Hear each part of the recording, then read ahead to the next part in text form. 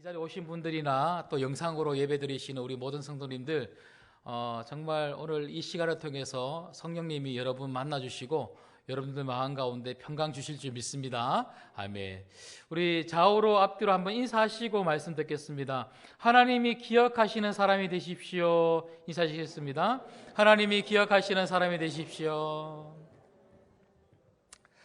여러분, 하나님이 기억하시는 사람들 되시기를 주님의 이름으로 축복합니다. 그래서 오늘 말씀을 다 듣고는 마지막에 내 마음속에 하나님이 기억하시는 사람이 내가 돼야 되겠구나, 이런 마음만 들면 오늘 이 예배가 참 은혜로운 예배, 성공한 예배가 될 줄 믿습니다.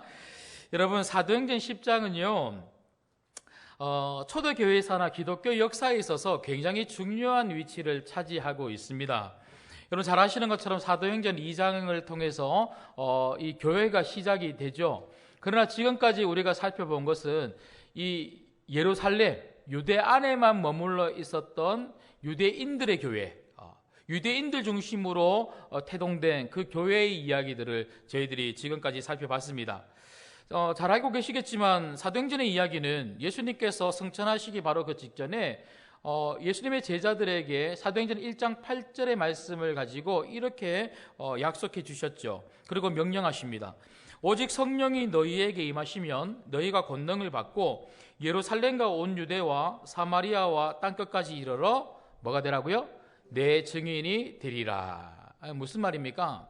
하나님 나라는 유대 안에만 머물러 있으면 안 된다는 거죠.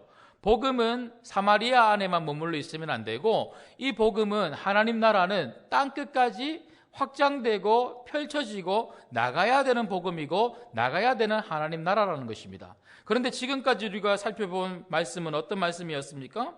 하나님 나라가, 그 복음이, 그 교회의 이야기가 예루살렘 안에만, 유대 안에만, 겨우 사마리아 안에 머물러 있는 그런 이야기들을 우리가 살펴봤습니다. 물론 스데반의 순교를 통해서 예루살렘에 있었던 많은 성도들이 주변으로 흩어지고 복음이 땅끝으로 나가는 것처럼 보였습니다. 하지만 지금까지 본 것은 겨우 8장에 빌립을 통해서 이디오피아 내시에게 복음이 전해지고 그리고 예수님이 소개되는 그 정도였죠. 그래서 내시가 그 복음을 듣고 예수님을 믿고는요 자기 나라로 돌아간 이야기, 그게 전부였습니다. 하지만 오늘 본문의 이야기는요 조금 다릅니다. 오늘 고넬료의 이야기는 굉장히 큰 의미를 가지고 있습니다. 고넬료는 이방인으로 처음으로 교회 공동체 안으로 들어온 사람이 바로 고넬료입니다.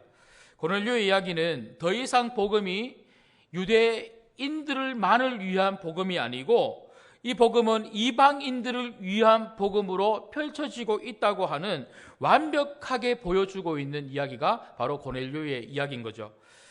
다시 말하면 사실상 유럽 쪽으로 땅끝까지 복음이 퍼져나가는 그 첫 시작은요, 어쩌면 오늘 이 10장에 나오고 있는 고넬료라고 하는 한 백부장으로부터 시작이 되었다는 것입니다. 어떤 의미에서 우리가 보통 이방 선교의 포문을 연 사람 그러면 보통 누구를 이야기하냐면 바울을 이야기하지 않습니까? 근데 사실은 바울보다 먼저 한 걸음 더 베드로를 통하여, 그리고 베드로를 만난 이 평신도 선교사였죠.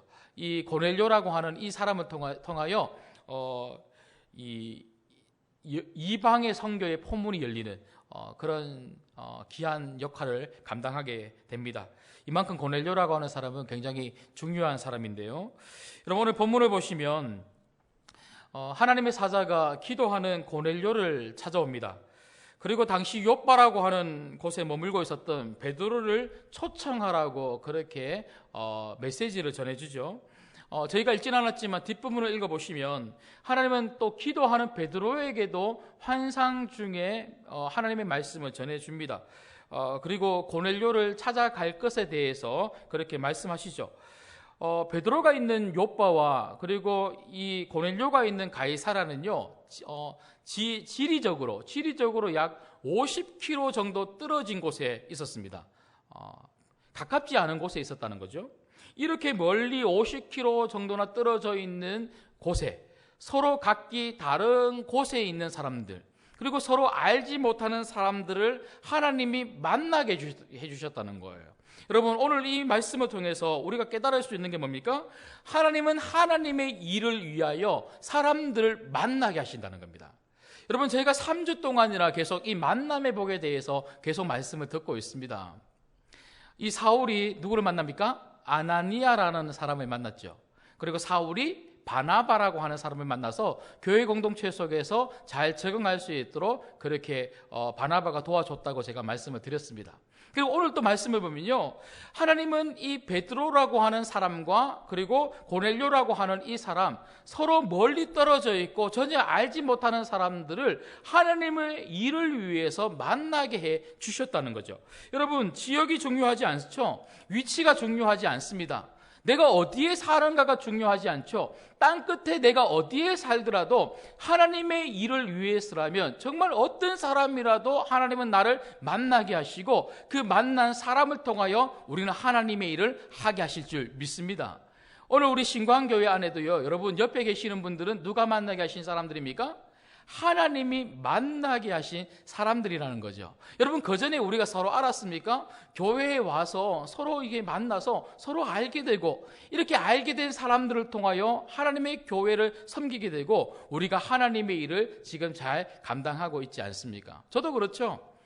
저도요, 이 인천에 제가 사역할 때 이 인천이라는 곳은요, 교회 우리 성도 제가 섬겼던 교회의 성도님들이 병원에 입원하셔서 2번 정도 병문안 때문에 왔다가 간 거 말고는요, 한 번도 제가 인천이라는 곳을 와본 적이 없습니다.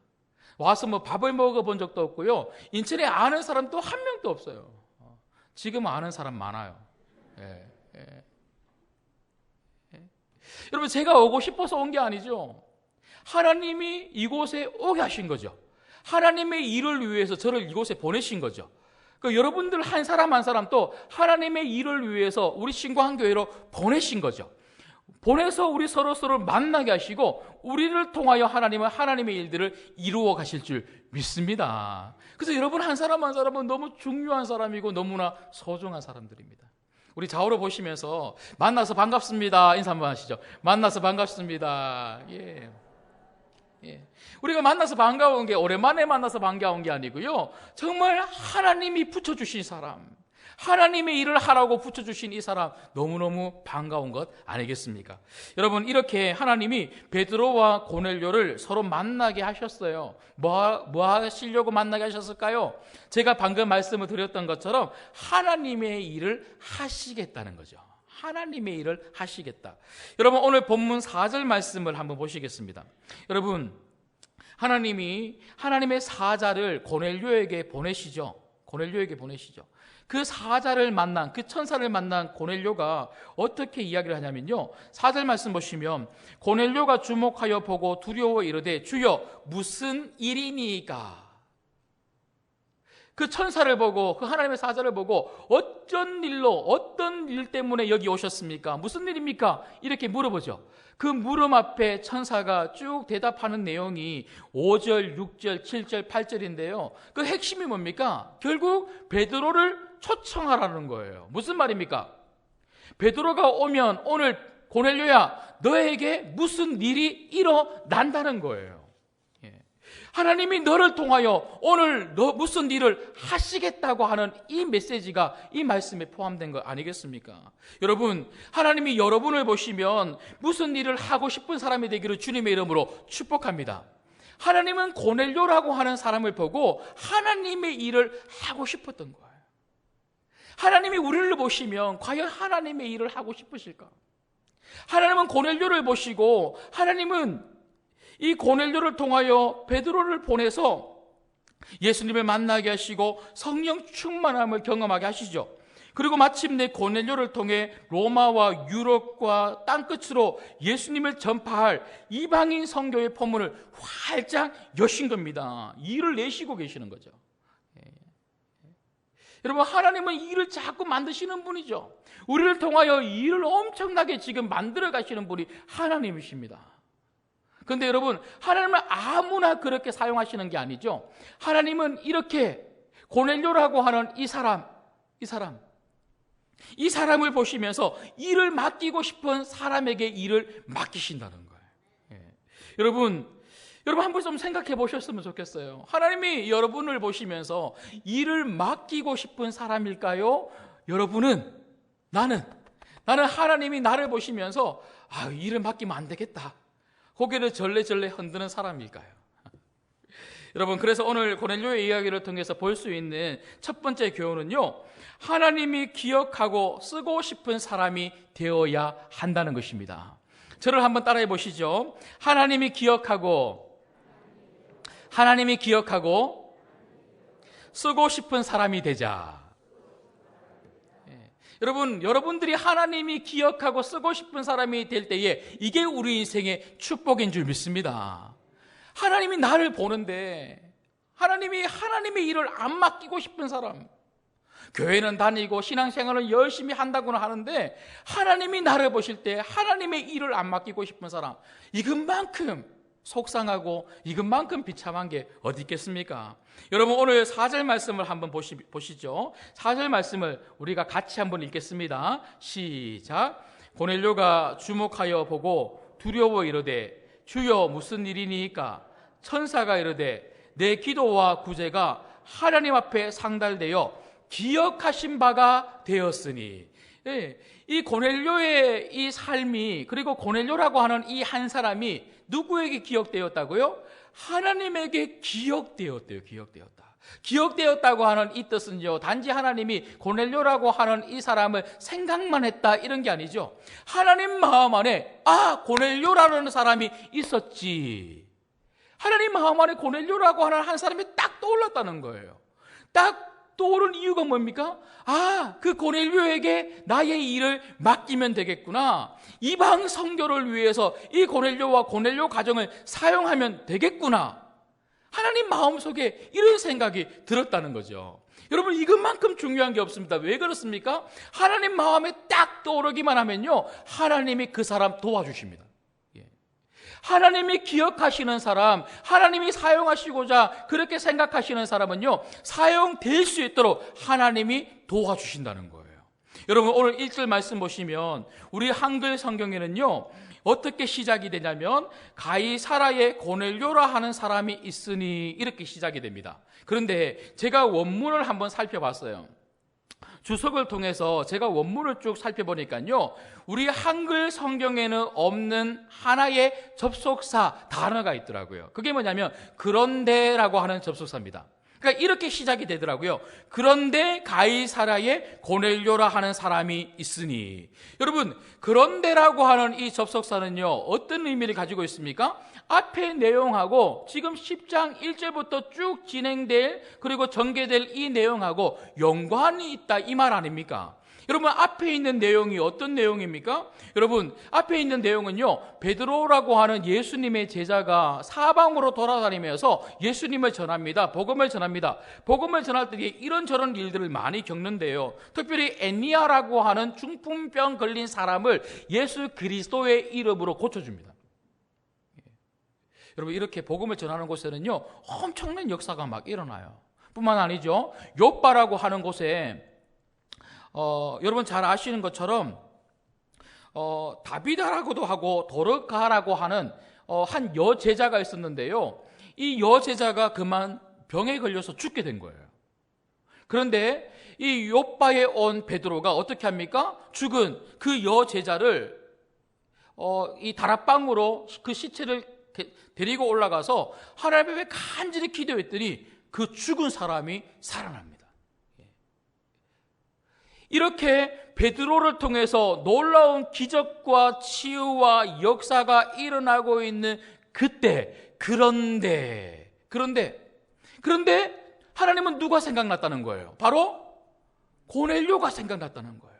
고넬료가 생각나면서 이 고넬료를 위해서 이 기적의 주인공, 이 축복의 주인공, 이 베드로를 보내면 되겠구나. 베드로를 보내서 뭐 하고 싶은 겁니까?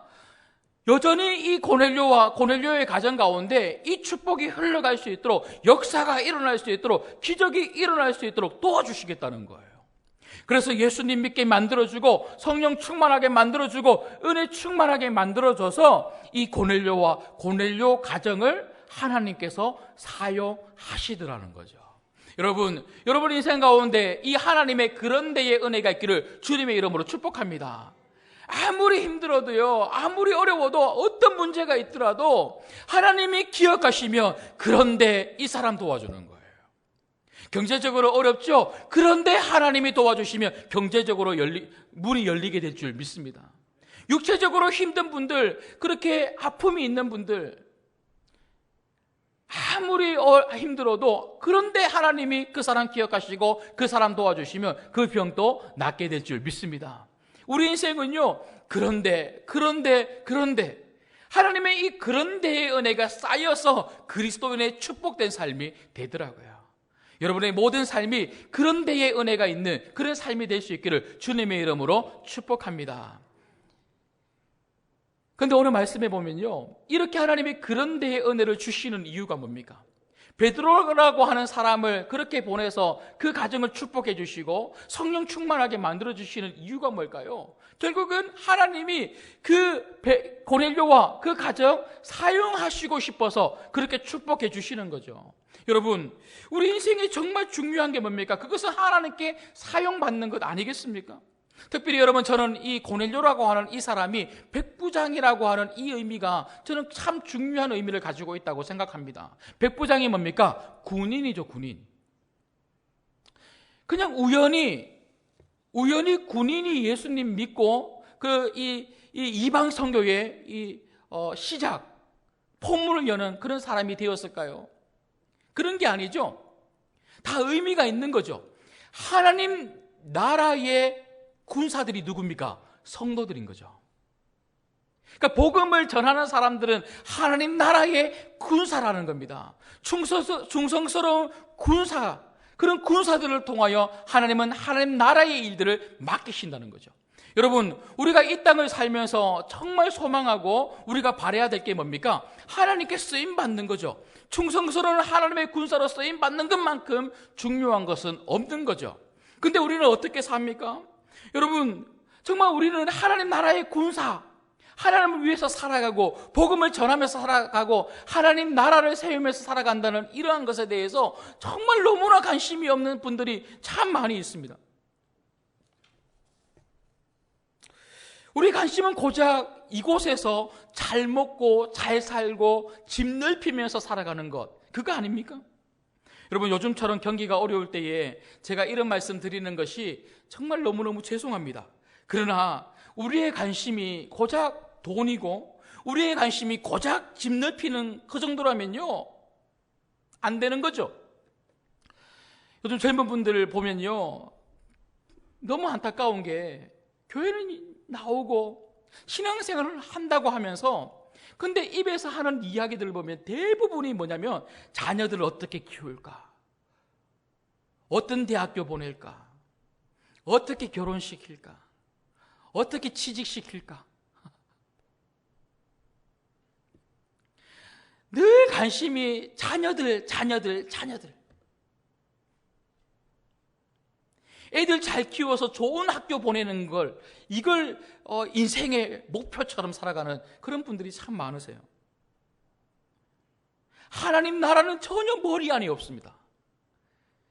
주님을 위해서 헌신하고 일하고자 하는 마음은요, 어디에도 없는 분들이 참 많으세요. 교회를 위해서 헌신하고 교회를 위해서 충성하고 봉사하고 교회 공동체를 위해서 내가 뭔가 하겠다, 이런 마음들이 없는 분들이 있더라는 거죠. 많이 있습니다. 여러분, 하나님이 기억하고 쓰시는 사람은요, 하나님을 위해서 일하는 사람들입니다. 그리고 하나님 나라를 위해서 하나님이 쓰시겠다 하면 아멘 하는 사람들을 하나님은 반드시 기억하시고 그들의 인생을 축복해 주시고 그 가정을 축복해 주시는 거죠. 그런가 하면 두 번째로, 오늘 고넬료의 이야기를 통해서 우리가 받을 수 있는 두 번째 교훈은 하나님은 경건한 사람을 기억하신다는 것입니다. 여러분, 하나님이 기억하시는 사람이 되는 게 참 중요하다고 제가 지금 말씀을 드렸습니다. 근데 하나님은 어떤 사람을 기억하시는가? 오늘 말씀을 보면 하나님이 기억하셨던 이 고넬료에 대해서 성경은요, 다른 어떤 설명을 붙이지 않습니다. 단 하나, 그를 이렇게 이야기합니다. 그는 경건한 사람이었다. 경건한 사람이었다. 여러분, 하나님은 경건한 사람 좋아하세요. 하나님은 불경건한 사람 싫어하십니다. 하나님은 경건한 사람 기억하시고 경건한 사람 사용하신다는 거예요. 그러면 여러분, 경건이 뭘까요? 경건. 우리가 보통 경건 그러면 경건하다 그러면 좀 분위기가 묵직하고 조용하고 이런 것만 생각을 하는데, 여러분, 이 경건이라는 이 단어는요, 헬라어로 유세베스라고 합니다. 유세베스라고 하는 이 단어는 두 단어가 합쳐서 만들어진 합성어인데요, 유라고 하는 단어와 세보라고 하는 단어가 합쳐져서 유세베스가 됩니다. 유라고 하는 이 단어는 어떤 의미를 가지고 있냐면 매우, 잘이라고 하는 그런 의미를 가지고 있고, 세보라고 하는 이 단어는요, 섬기다, 예배하다, 경배하다 이런 의미를 가지고 있습니다. 그래서 이 두 단어를 합치면 이 경건하다라고 하는 단어는요, 하나님을 잘 예배한다 이런 말입니다. 지금 또 여러분들이 하나님을 잘 예배하는 이 모습이 뭡니까? 경건이죠, 경건. 근데 여러분, 조금 더 이렇게 본질적으로 이야기를 하면 하나님을 잘 예배하는 삶, 하나님을 잘 예배한다는 것은요, 어떤 사람들이 하나님을 잘 예배할까요? 하나님만이 전부인 사람, 하나님에게 최고의 가치를 두고 있는 사람이 예배하는 거예요. 지금도 그렇죠. 어떤 사람이 이곳에 와서 여러분 시간을 내고 내 몸을 들여서, 물질을 들여서 예배할 수 있습니까? 하나님이 전부인 사람, 하나님에게 최고의 가치를 두는 사람들이 이곳에 와서 예배를 드릴 수 있지 않겠습니까? 여러분, 그러므로 경건은 뭡니까? 세상의 가치를 두지 않고 하나님에게 가치를 두는, 그것이 바로 경건입니다. 다시 말하면요, 세상에 속하지 않고 하나님에게 속하는 것이 바로 경건입니다. 여러분, 세상에 속하지 마시고 하나님께 속할 수 있기를 주님의 이름으로 축복합니다. 하나님께 속하여서 하나님께 더 가까이 나가고 하나님께 머물러 있는 사람, 하나님이 좋아하신다는 거예요. 여러분, 당연하지 않습니까?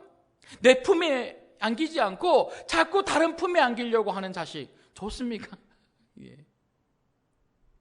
하나님의 백성들이 자꾸 하나님 품에 안기려고 해야 되는데, 하나님과 가까이 하려고 해야 되는데, 하나님 안에 머물려고 해야 되는데 자꾸 세상에 머물러서 세속적으로 살아가면 하나님이 싫어하신다는 거예요. 여러분, 사실 오늘 고넬료라고 하는 이 백부장은요, 하나님 안에 머물 수 있는 사람이 아닙니다. 하나님을 믿을 수 있는 사람이 아니에요. 하나님을 가까이 할 수 있는 사람이 아니었습니다. 이 고넬료라고 하는 이 사람이 하나님을 믿고 하나님을 가까이 하고 하나님 안에 머물고 있다고 하는 이 사실은요, 굉장히 큰 일이고 사건이고, 어떤 의미에서는요, 불가능한 일이 지금 일어나고 있는 거예요. 여러분, 오늘 1절 말씀을 보시면 고넬료라고 하는 이 사람이 어떤 사람인지 성경은 이렇게 소개하고 있습니다. 자, 1절 말씀을 같이 한번 읽을게요. 시작. 가이사라에 고넬료라 하는 사람이 있으니 이달리아 부대라 하는 군대의 백부장이라. 여러분, 고넬료 당시에 로마 총독과 군대가 주둔하고 있었던 곳이 있었는데, 그곳이 바로 가이사라라는 곳입니다. 이 가이사라라는 곳은요, 로마가 점령한 점령지인데요, 이곳은 유대 행정도시였습니다. 이 유대 행정도시에 이 5개의 부대가 있었습니다. 5개의 부대가 있었는데 한 부대당 600명씩 있었어요.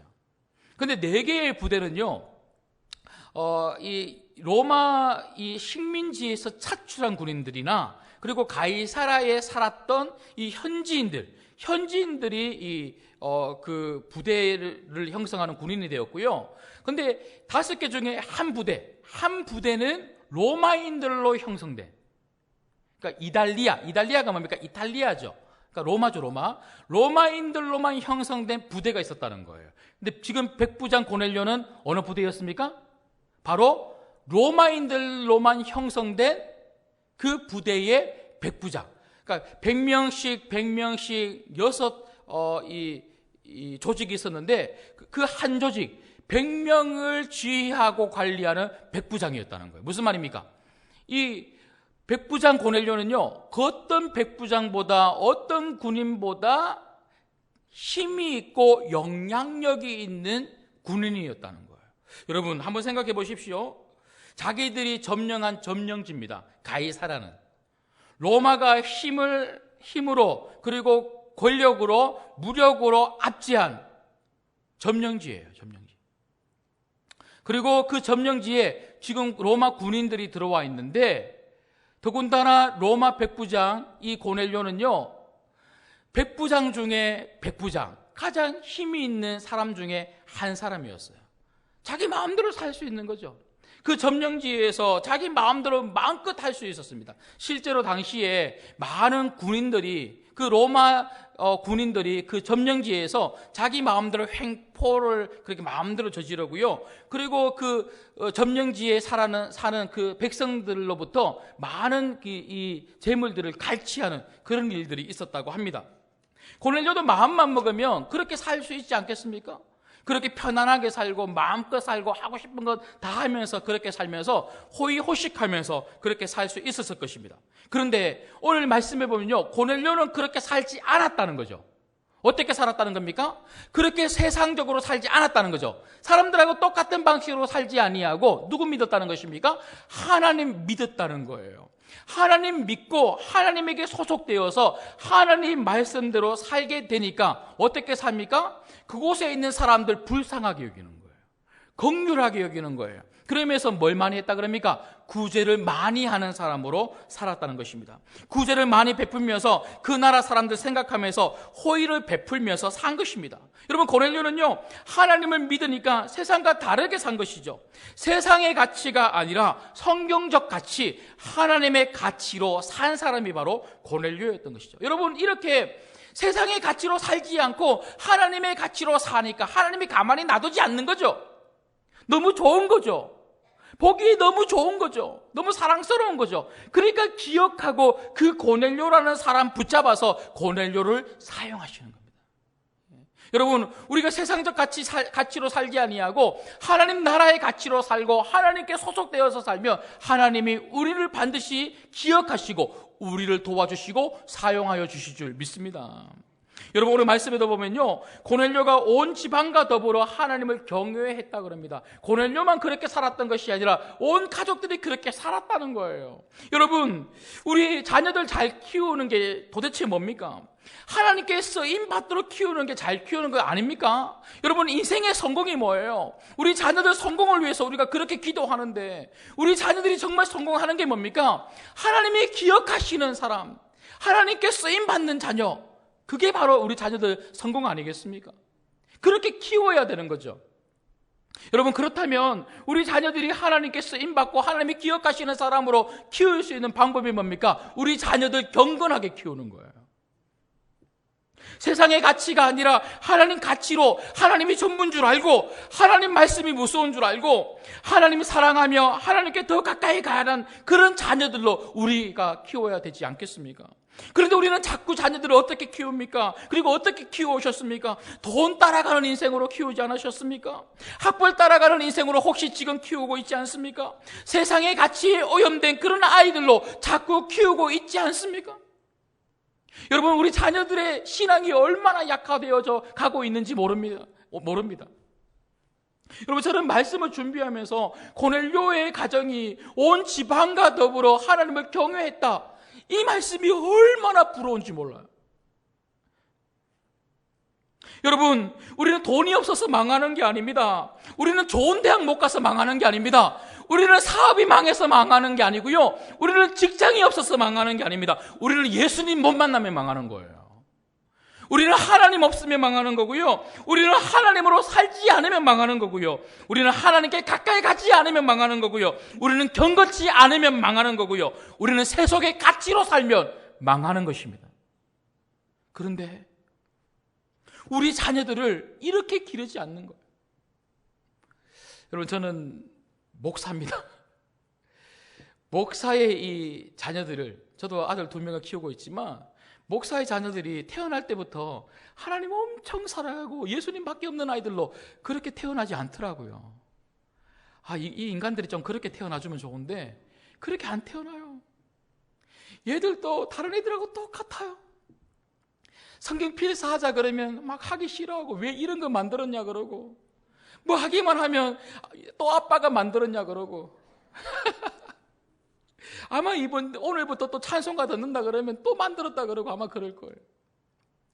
막 저녁 9시 집중 기도의 시간에도 같이 예배 드리자 그러면 아니 주일날 예배 드려놓고 왜 또 매일 예배 드리냐 그러고 똑같아. 그런데 어떡합니까?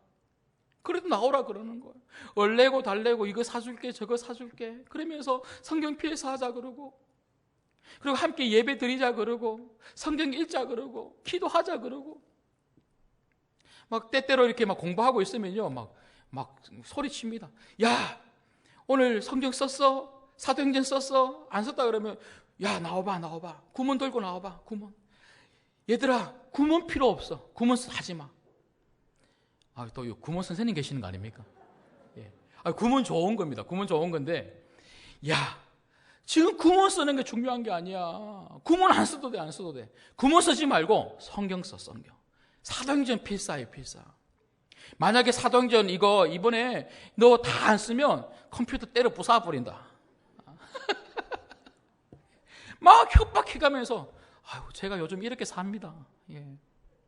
여러분 그래도 어떻게 합니까?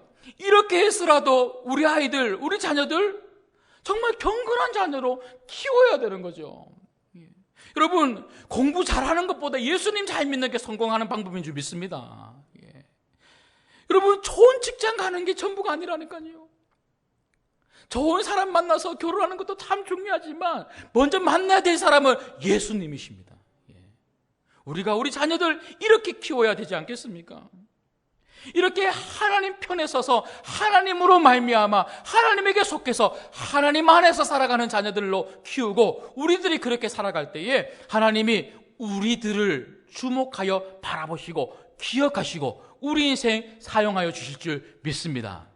마지막 세 번째로 오늘 말씀을 통해서 우리가 받을 수 있는 마지막 교훈은 경건함은 우리의 삶으로 실천되어져야 한다는 것입니다. 예, 여러분 잘 말씀을 기억해 보세요. 하나님이 기억하시는 사람이 참 중요하다고 제가 말씀을 드렸어요.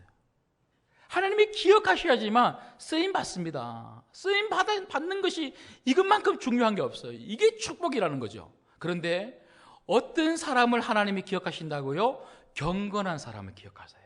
그런데 경건은요 말이 아닙니다. 경건은 어떤 모양이 아닙니다. 경건은 추상적인 게 아니에요. 경건은 정의, 명사 이런 게 아닙니다. 경건은 지식이 아닙니다. 경건은 삶이라는 거예요. 정말 내가 경건하면, 내가 하나님께 소속되어 있다면 소속되어 있는 그것이 내 삶 속에서 나와야 한다는 거죠. 이게 바로 경건의 능력입니다. 여러분 오늘 말씀을 보시죠. 2절 말씀 보시겠습니다. 2절 말씀 보시면, 자 2절 같이 읽을게요. 시작. 그가 경건하여 온 지방과 더불어 하나님을 경외하며 백성을 많이 구제하고 하나님께 항상 기도하더니, 여기 보십시오. 이 고넬료에 대해서 성경은 다른 어떤 이야기도 하지 않고 그가 경건했다 그럽니다. 그런데 경건했다 이렇게 끝나는 것이 아니라 그가 경건해서 이것도 하고 저것도 했다 이렇게 했다. 경건은 삶으로 나올 수밖에 없다는 거죠. 그러면 우리가 어떤 삶을 살아야 할까요? 여러분 경건의 구체적인 삶이 뭡니까? 오늘 2절 말씀에 보면 세 가지를 아주 구체적으로 이야기하고 있는데, 첫 번째는 하나님을 경외하는 것입니다. 여러분 경건의 구체적인 삶 첫 번째는 뭐라고요? 하나님을 경외하는 거. 여러분 경외가 뭡니까? 경외는요 두려움입니다. 두려움. 하나님을 두려워할 수 있는 거예요. 여러분 두렵다는 것은요 단지 하나님 무서워요 이게 아닙니다. 살아계신 하나님께 내가 소속되어 있으니까, 그분 앞에 내가 머물러 있으니까, 하나님은 죽은 하나님이 아니라 살아계신 하나님, 불꽃 같은 눈으로 나를 지키시고 바라보시는 하나님, 그분을 내가 경험할 수밖에 없는 거죠. 그 하나님, 실존하시는 하나님 앞에 두려움을 느낄 수밖에 없는 고람대오의 삶. 여러분, 우리가 왜 이렇게 죄 지으면서 살아요? 우리가 왜 이렇게 세상 속에서 힘없이 살아요? 우리가 왜 이렇게 세상 속에서 세속적으로 삽니까? 하나님이 없다고 생각하는 거예요. 아니, 하나님은 살아계신데 마치 하나님이 없는 것처럼 살기 때문에 그렇지 않습니까? 여러분, 고넬료는요, 하나님을 경외했어요. 살아계신 하나님 앞에서 하나님을 무서워하면서, 하나님을 두려워하면서, 하나님을 의식하면서 살았다는 것이죠. 여러분, 여러분의 삶이 하나님을 의식하는 삶이 되기를 주님의 이름으로 축복합니다. 하나님을 의식하기 시작할 때, 그 하나님의 눈빛을 바라보기 시작할 때 내 삶이 바뀌고, 내가 말하는 것이 바뀌고, 내 생각이 바뀌고, 내 모든 것이 바뀌기 시작하는 거예요. 하나님은 그런 사람 좋아하세요. 그런 사람을 기억하신다고요. 그런가 하면 두 번째는요, 오늘 경건의 구체적인 삶, 두 번째는 바로 구제입니다. 구제. 여러분, 구제가 왜 이게 경건한 삶이 됩니까? 누구를 도와주는 게 왜 이렇게 경건한 삶이 되죠?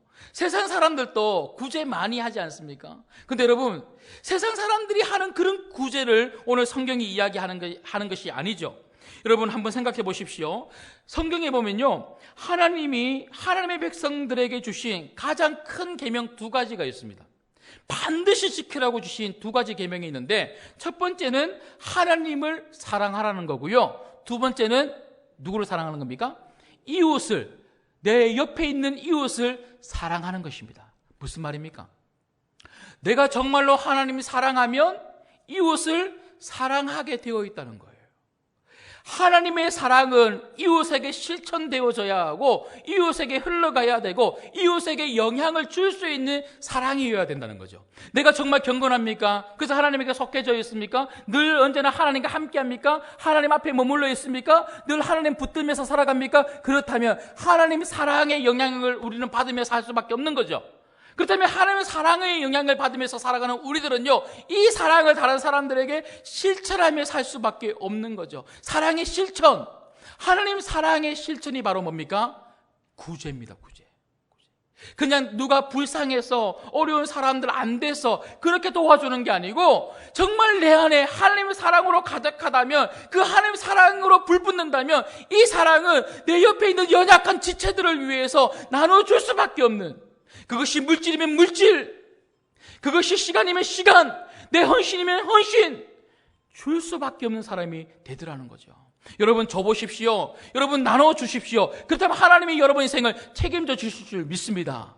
하나님 앞에서 살아가는 헌신의 삶, 이 구제의 삶은요, 반드시 하나님이 보상하시는 거예요. 여러분, 제가 말씀 하나 읽어드릴게요. 갈라디아서 6장에 보시면, 갈라디아서 6장 8절부터 보시면요, 이런 말씀이 있습니다. 자기의 육체를 위하여 심는 자는 육체로부터 썩어질 것을 거두고, 성령을 위하여 심는 자는 성령으로부터 영생을 거두리라. 우리가 선을 행하되 낙심하지 말지니 포기하지 아니하면 때가 이름에 거두리라. 그러므로 우리는 귀에 있는 대로 모든 이에게 착한 일을 하되 더욱 믿음의 가정들에게 할지니라. 여러분, 하나님의 약속의 말씀입니다. 심는 대로 거둡니다. 여러분, 물질을 심으십시오. 물질을 거둡니다. 기도를 심으십시오. 기도의 열매를 얻습니다. 믿음을 심으십시오. 믿음대로 반드시 여러분 인생이 복받을 줄 믿습니다. 마지막 세 번째는요, 경건의 구체적인 삶은 바로 기도입니다. 기도. 제가 방금 또 기도를 심으라고 여러분들에게 말씀을 드렸는데, 오늘 말씀해 보면요, 2절 말씀에 한번 보십시오. 2절 말씀에 보면 고넬료가 하나님께 항상 기도했다는 거예요. 항상 기도했다. 여러분, 항상이라는 말이 뭡니까? 늘 언제나 많이 기도하는 것이 항상 기도하는 거죠. 무슨 말입니까? 고넬료는요, 항상 늘 언제나 하나님께 열려 있었던 사람입니다.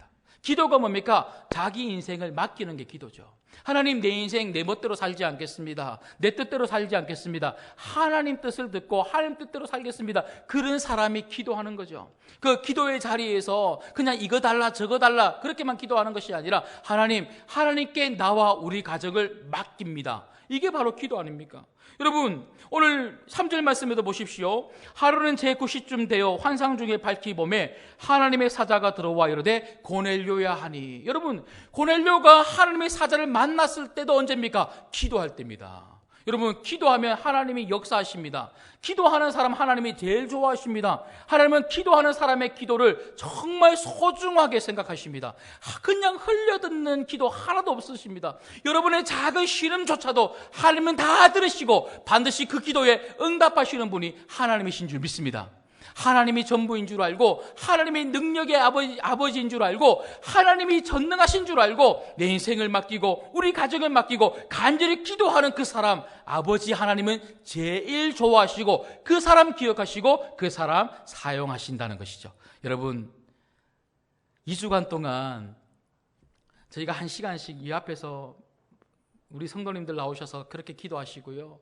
저도 이렇게 1시간, 그 시간이 비어있는 시간에 저도 이름을 적어서 한번 기도해 봤더니 너무 좋더라고요.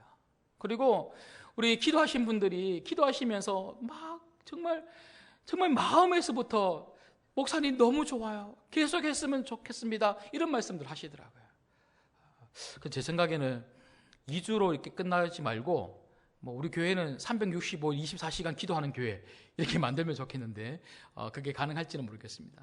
여러분, 기도하는 것만큼 중요한 게 없고 기도하는 시간만큼 정말 행복한 시간이 없습니다. 기도할 때 하나님이 여러분을 만나주시고 기도할 때 하나님이 여러분들을 사용하여 주실 줄 믿습니다. 기도하는 우리 모든 신광교회 성도님들 되시기를 주님의 이름으로 축복합니다. 말씀을 맺겠습니다. 하나님은 모든 사람들 다 사랑하시죠. 하나님이 안 사랑하시는 사람 누가 있겠습니까? 하나님은 다 사랑하십니다. 오늘 여기 앉아있는 여러분 모두 다 하나님은 사랑하십니다. 사랑하시기 때문에 예수님을 여러분들을 위해서, 우리를 위해서 보내주신 거잖아요. 요한복음 3장 16절에도 하나님이 이 세상을 사랑하사, 그러니까 우리 모두를 사랑하시기 때문에 예수님을 보내주셨고 우리가 예수님 믿는 거죠. 그런데 그럼에도 불구하고 하나님이 특별히 기억하는 사람이 있더라고요. 특별히 기억하는 사람이 있더라고요. 고넬료가 바로 그런 사람이었습니다. 하나님은 모든 사람들 중에 고넬료를 특별히 기억하시고 특별히 사용하셨습니다. 이게 축복이죠. 여러분, 바라건대 하나님이 우리 신광교회 특별히 기억하시고 특별히 사용하는 교회 되기를 주님의 이름으로 축복합니다. 여러분들의 인생과 여러분의 가정이 그렇게 되기를 주님의 이름으로 축복합니다. 어떤 사람을 특별히 기억하시고 특별히 사용하십니까? 경건한 사람요, 경건한 사람. 경건이 뭐라고요? 하나님께 더 가까이 가는 거, 하나님께 더 소속되어서 머물려고 하는 사람들. 그런데 이 경건은 명사가 아니라 동사입니다. 경건은 이론적인 지식이 아니라 실천적인 삶이라는 거죠. 여러분의 삶 속에서 오늘 우리가 들었던 이 말씀처럼 하나님을 경외하고 하나님 사랑으로 구제하고 하나님만 바라보며 하나님께 전 인생을 맡기고 기도하는 구체적인 삶이 있을 때, 그렇게 살아가는 성도들을 하나님이 기억하시고 그런 가정을 기억하셔서 반드시 여러분들과 여러분 가정과 우리 교회를 사용하여 주실 줄 믿습니다. 기도하겠습니다.